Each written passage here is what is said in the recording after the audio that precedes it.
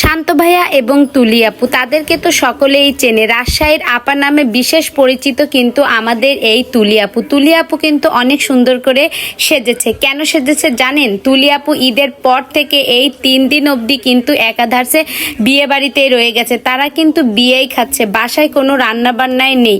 আর এই যে বিয়ে বাড়ি চলে গেল, তুলি আপু রেডি হয়ে তার ননদিনীর বাড়িতে, সেখানে কিন্তু তার মেয়ে আশফিয়াকেও নিয়ে গেছে। সেখানে যেয়ে কিন্তু অনেক খাওয়া দাওয়া। তুলি আপু কিন্তু নিজেই সব কিছু করছে, সব কিছু নিজে বেড়ে খাচ্ছে। তো তুলি আপু যাওয়ার আগে কিন্তু শান্ত ভাইয়াকে জিজ্ঞেস করেছিল যে আমি কোন ড্রেসটা পরবো।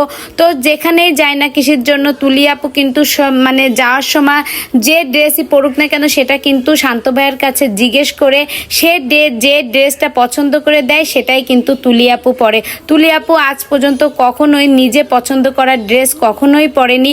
আর শুধু তুলি আপু না, আনিকা কিন্তু রাজধানী থেকেও কিন্তু শান্ত ভাইয়ের কাছে জিজ্ঞেস করে যে আমি কোন ড্রেসটা পরবো, এখন বেঁচে যাচ্ছি, এখন কোনটা পরবো, এই সব কিছু কিন্তু শুনে তারপরে পরে তারপরে কিন্তু বেঁচে যায়।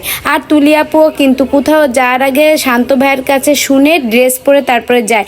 আর এই যে শাড়ি পরার সময় কিন্তু দেখো শান্ত ভাইয়া কিন্তু তুলি আপু শাড়ির কুচি ধরে দেওয়া, আঁচল ঠিক করে দেওয়া, এই সব কাজগুলো কিন্তু শান্ত ভাইয়া নিজে হাতেই করে থাকে। এছাড়াও কিন্তু শান্ত ভাইয়া নিজে হাতে তুলিকে সাজিয়েও দেয়।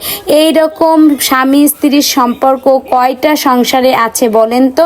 শান্ত ভাইয়া তুলি আপুর এই সম্পর্কটা দেখে খুবই ভালো লাগছে। এই যে দেখুন, শান্ত ভাইয়া কিন্তু হাসতে হাসতে তুলি আপুকে সাজিয়ে দিচ্ছে, মেকআপ করিয়ে দিচ্ছে, চুল বেঁধে দিচ্ছে, আঁচল ঠিক করে দিয়েছে, কুচি ঠিক করে দিয়েছে। এই সব কাজগুলো কিন্তু শান্ত ভাইয়া নিজে হাতে করছে।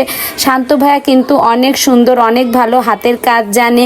এক একটা 3 পিস আপনারা বললে বিশ্বাস করবেন না যে সে মাত্র আধা ঘন্টায় এক একটা 3 পিস সালোয়ার আর কামিজ এটা কিন্তু আধা ঘন্টায় সেলাই করে ওঠে। তো তুলি আপুর যত ড্রেসই কিন্তু সব কিছুই শান্ত ভাইয়া নিজে হাতে সেলাই করে দেয়। শুধু তুলি আপুরটা না, আনিকারটাও কিন্তু নিজে হাতে সেলাই করে দেয়। এদিক থেকে বলতে গেলে কিন্তু তুলি আপু অনেক ভাগ্যবতী যে দর্জি বাড়ি যাওয়া লাগে না, নিজের স্বামী অনেক সুন্দর হাতের কাজ জানে আর সেই কাজের মাধুরী দিয়ে কিন্তু তার স্ত্রীর ড্রেসটা তৈরি করে দেয়। তো সব মিলিয়ে শান্ত ভাইয়া তুলি আপুকে অনেক ভালো লাগছে। তারা যেন আজীবন এরকমভাবেই থাকতে পারে।